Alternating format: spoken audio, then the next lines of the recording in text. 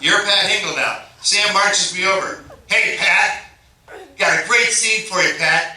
Your daughter's going to come out of the saloon here, and this guy here, he's Bruce. He's the stuntman. Don't worry about it. He's a stuntman. Pat Hingle has no idea who I am.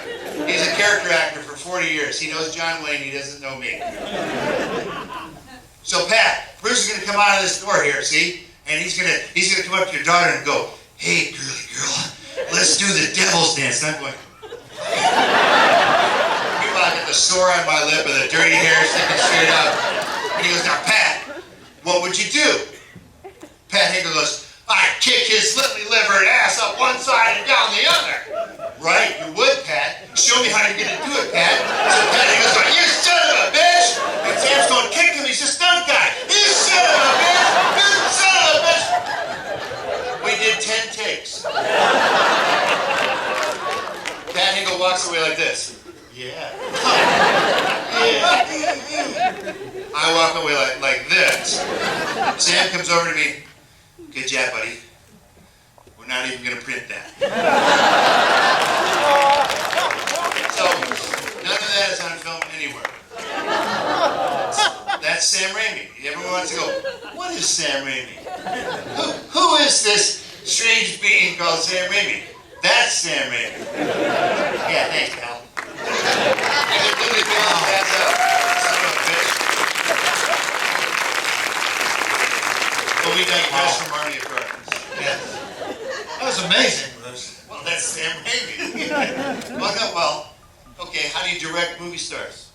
How does Sam Raimi direct movie stars? Because he can direct us. We're like, no, but get over there. Here's your marks. Stand there. Louder, Richard. Louder. Oh, say this. Yeah. No, we won't hassle him. We were very good to him. We were no diva. No. What would Gene Hackman do? How do you handle Gene Hackman? I'll be in my trailer. Yeah, no shit. So, Sam goes, first day of shooting to Gene Hackman. All right, Gene. Sam's always doing this. He goes, his hair just comes out. He goes, yeah, ever seen anything like that? I'm like, because you're always doing that with your hair. That's why it's coming out. All right, Gene. I want you to come out the door here, and to Pat Hingle, I want you to signal to Pat, and then come over here and sit in a chair here. And there's a lot in the script that's not in there. I want you to say, I want you to whisper, what are the odds on the kid? Gene Hackman goes, I'm not doing any of that. I'm not doing any of that. So, if you're a director, a normal director, you would urinate in your shoes, and Gene Hackman would rule over you for the rest of the movie. Or you could go crazy on him. You son of a, don't talk to me like whatever. You know, you'll do what I tell you to do. Do the Billy Martin. You know, get dirt at. Sam doesn't do that. Sam has a reason for everything he ever wanted anyone to ever do in any of his movies ever. Well, Gene, you're the boss. You signal to Pat over here. No, you don't have to nod. You could tip your hand, wink, smile. That's all right, but the gunfight doesn't start without you. Gene goes, all right, I'll nod to the guy, but I'm not going to sit in the chair. Sam goes, you don't have to. That's all right. But have you noticed that, Gene, all the peasants are standing? You're the king. What does the king do? He sits. So you don't have to sit in the chair, but you'll look just like the peasants if you don't sit. All right. I'll nod to the guy and sit in the chair, but I'm not going to say what are the odds of the kick. Beat. Okay, Gene, you don't have to. But the reason I wanted you to say what are the odds in the kid is because later in the movie they realize he sounds like Groucho, Sam. So anyway, say the secret word and I'll print your tape. So he says you don't have to, but later in the movie they realize that Leonardo DiCaprio is your son, and they'll look back and go, oh, he does care about his son. Gene goes, yeah, whatever. All right, let's go. Let's do this. So I came in to visit Sam, and he pops the tape in of the dailies. Hackman comes out, tips his hat to Pat Engel, sits in a chair and goes, "What are the odds on the kid?" And Sam was like, "Dailies are over." Popped it out. Sam maybe knows what's going on. You can be a little dictator, but you know why you're a dictator. When you were shooting the other movies, was he like that, or is that something he developed? Day one of shooting, Army of Darkness. Can I have 66 people? You're the Tiny Ashes. Day one of shooting, we're shooting Tiny Ashes lined up here on a line right here. I'll be Sam Raimi. And Bruce is first, so I'm first. I'm the hero, Ash, that these guys have to be patterned after. Now, by the way, each of them has a nose appliance to match my nose, and a chin appliance to match my chin. So none of them they start sort of looking like me, but they have makeup now too, on top of special makeup, which takes, an hour per guy. So I'm the regular guy, and Sam will go, "This is day one. Oh wow, that's weird. The mud on your left toe is an inch smaller than the mud on that left toe. Wardrobe. Who did this one?" Now everyone's shitting themselves. So we get past that crisis. The next one. Oh. Well, why is that one an inch to that? That scar is there, and that's an inch that direction. Makeup, who's makeup? And then they're coming over, trembling now, And then when he went through props, he went through every single department and read them a new riot act day one. Day two, he was like this. "Hey, pal, how are you, buddy? Hey, good to see you today. Hey, you guys all right? Hey, you guys did great. Good job. Great job yesterday, buddy. Oh, you guys are awesome. Yeah, amazing." That's Sam Raimi. Sit down. All right? Absolutely. He'll deny it all. I mean, he'll deny every bit of it. It doesn't go past this room, because none of you are vlogging tonight. And it's not being recorded for Facebook either, I swear. Hey, lady. Sam will send his foot soldiers, So you did a huge number of Super 8s back in the day when you guys were in college together. The amateur movies, yeah, in high school. Are there any favorites that you want to talk about? Anything you can tell us about? Sam did the Great Bogus Monkey Pignut Swindle. A ridiculous crime caper. And he goes, "Hey, Bruce, got this great part for you. We got this part by the Rouge River here. It's a construction site, as you can see. And the water's probably 12 feet down there. You're going to get punched. And just go right in. Just go right in head first." Yeah, that murky water looks perfect. Looks perfect. Well, there was construction concrete about a foot underneath the water that you couldn't see. Direct connection. Fountain of blood. Sam's like, keep shooting. Play it, work it.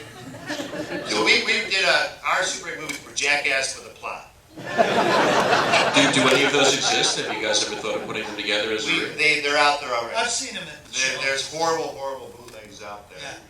That do exist, but just if you're gonna bootleg, get better quality.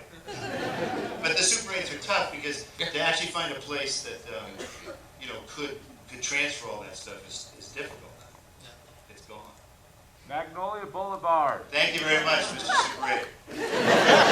No, fair enough. Hey, I got a question for you. Yes, sir. Do you remember when we were shooting the pit, the car sequence, The never-ending crane? pit sequence, yeah. Remember the crane? I do remember the crane. I was thinking, I was watching it this time. Let me preface this for you. When we did the car shot, the slow motion car and Ash falls down and the lands. car lands with It it. was done in a huge pit, way out in the middle of Bumfuck. Irvine. And you wouldn't believe Bumfuck. it. Now that I think of it, I can imagine that there's a big pit out in Irvine. In any event, it's huge, and you go down concentric circles down to the bottom. We shot a lot of that early footage down there. Well, they had this big crane on about the second or third sort of level there. And Ash, as I recall, you were on a ladder or something. Yep. And they were going to shoot this thing super fast so they could get the slow motion on it. Right. And Sam must have had half a dozen cameras or something. There was plenty. It was going to be documented. Ton. And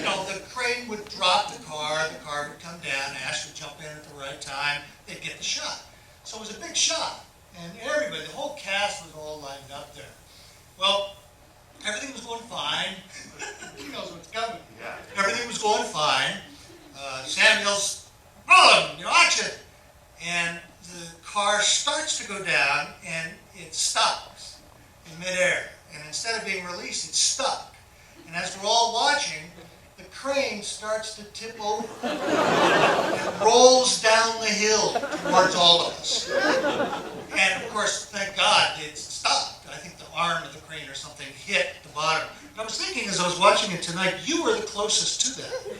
What was it like Thanks for for you? pointing that out. Thank God I was wearing brown pants. He was. Well, it's a Spielberg moment where you're about to shoot, and what happened was Vern, the effects guy, blew the car early. And we were like, we weren't even rolling, but he blew it early because he saw what we couldn't see was this giant crane arm going, oh! And what happened is the two support beams of the crane on the cliff side gave away.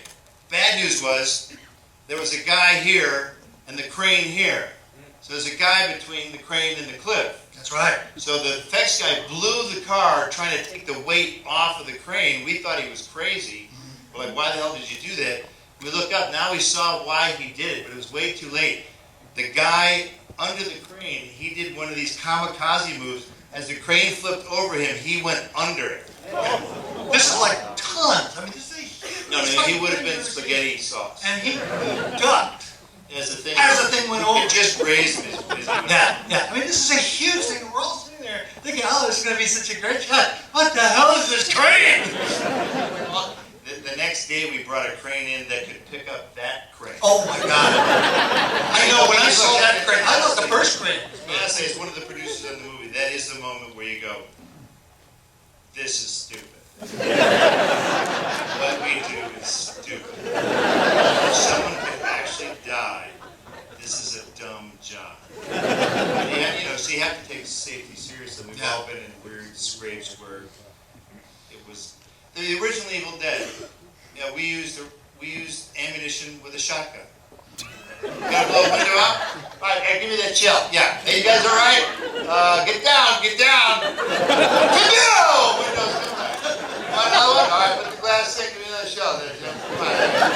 Say, you guys all right? You guys catch anything? That's pretty fucking close. Well, then get down. I mean, there's a monster in Evil Dead that's going away. It's the Ellen character or whatever. And Ash shoots out the window, and it's in Sam's garage in Franklin, Michigan. This is a rich suburb of Michigan. Just set up a dummy and we got meat from the local store and balloons full of blood and just fucking shot him with a shotgun in his garage. Like, what are the neighbors thinking? The Raimis are killing each other again. I mean, what the hell? So safety-wise, I think the good news is we've come a ways. Yeah. Better.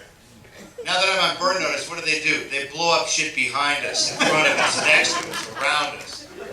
Yeah. You're good on that shit, by the way. Yeah, all right. How many people like it? Although we ended up working together again on Bristol County, remember? Indubitably. Yeah, that was fun. Enjoy that. It was really sad, I guess. I believe you're referring to the box set that's available now. Is it a Blu-ray yet? No, it's not Blu-ray yet.